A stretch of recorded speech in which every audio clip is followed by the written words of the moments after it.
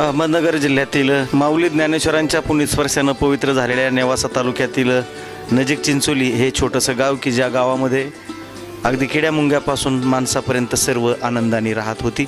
2-3 वर्षाच्या सततच्या दुष्काळानं हे गाव ग्रासलं. सगळेजण पावसाची वाट पाहत होते. जनावरांना चारा मिळत नव्हता. दाही दिशा भटकंती पाण्यासाठी अख्खं गाव जणू काही त्या पाण्याच्या युद्धावरती निघालं होतं. सरकारने जलसंधारण योजना कशा करता आणली? आपला शेतकऱ्याचा फायदा करताच आणलेली. अरे समजा खेकडा मशीनला जमीन कोरीत आहे. अरे अण्णा कोरली तर कोर दे, माझी 5 फूट गेली तरी चालन, दुसऱ्याचा तर फायदा होईल. आपल्या गावात पण नदी व्हायला पाहिजे. अरे बाबा हो, करू द्या, आपला दुष्काळ हटून जाईल. पाण्यासाठी चिंचोली गाव आता एकवटलं होतं. ग्रामपंचायत कार्यालय, सरपंच, युवक कार्यकर्ते, त्याचबरोबर महिला भगिनी या सर्वांनी गावाला या पाण्याच्या विवंचनातून मुक्त करण्याचा एक चंग बांधला होता.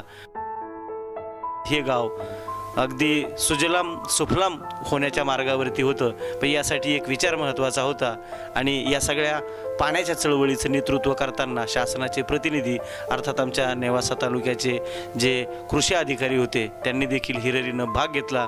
आणि त्यासाठी मग गावाच्या अवतीभोवती बंधारे झाले पाहिजेत, शेततळी झाली पाहिजे, पाण्याचा थेंबन थेंब गावामध्ये अडवला गेला पाहिजे. प्रशासनाचे सगळे अधिकारी गावाच्या पाठीशी उभे होते.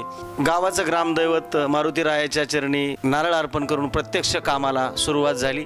या कामासाठी गावातील सर्वच जण अगदी तन मन धनाने काम करत होते. एक वेगळा उत्साह त्यांच्या सर्वांमध्ये संचारलेला होता. खास करून तरुणांचा आणि तरुणींचा सहभाग उल्लेखनीय होता. आणि नंतरच्या धुवाधार पावसामुळं हे सगळे बंधारे भरून गेले. सगळे ओढे नाले ओसंडून वाहत होते. एक वेगळा उत्साह समस्त गावकऱ्यामध्ये संचारलेला होता. जणू काही हे गाव पाण्याचं गाणं आता गाऊ लागलं होतं. पाऊस पडून गेल्यानंतर शेतकऱ्यांची शेती मशागतीची पूर्व मशागतीसाठी लगबग सुरू झाली. 2 वर्षाच्या दुष्काळानंतर आता शेतकऱ्याच्या मनामध्ये नवी नवी स्वप्न पडू लागली होती. 2-3 वर्षामध्ये जे पिकलं नाही ते पुन्हा एकदा या काळ्या मातीतनं पिकवण्याचा त्यांचा प्रयत्न होता. कारण सगळ्या विहिरी, सगळे बंधारे अगदी तुडुंब, नदी नाल्यांना पाणी होतं. एकच स्वप्न पडत होतं त्यांना की या जमिनीतून काहीतरी नवीन निर्माण करायचं आहे. तुडुंब भरलेल्या विहिरीमध्ये दुपारच्या वेळी तरुण मुलं डुबक्या मारण्याचा प्रयत्न करू लागली होती. गावामध्ये ज्या जनावरांना खायला चारा नव्हता महिन्याभरापूर्वी ते सगळ्या गावातील पशुधन आज जिवंत राहिलं होतं. फुललेलं शेत, बहरलेले मळे, शेतावर डोलणारी पिकं, असं चिंचोलीचं आजचं चित्र.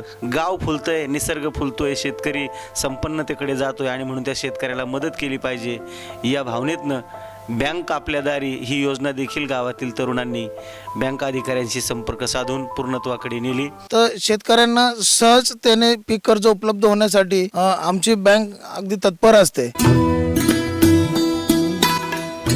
पूर्वी कोरडवाहू होती, जलसंधारण खात्याने कामं केली, पाण्याचं पर्क्युलेशन भरपूर झालं.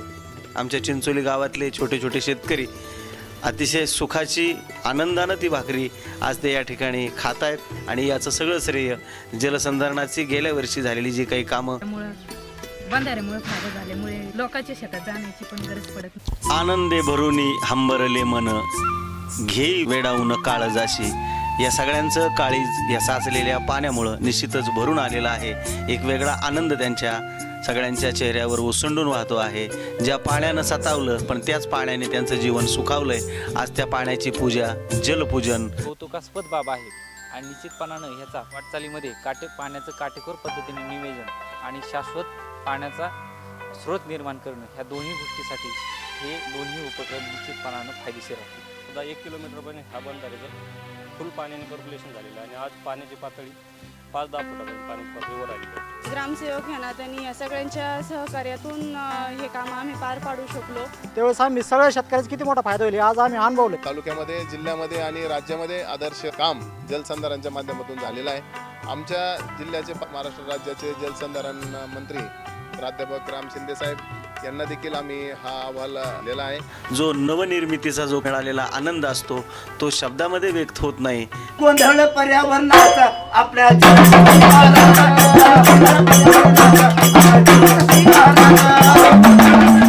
महाराष्ट्र माझा शेतकरी राजा, महाराष्ट्र माझा शेतकरी राजा.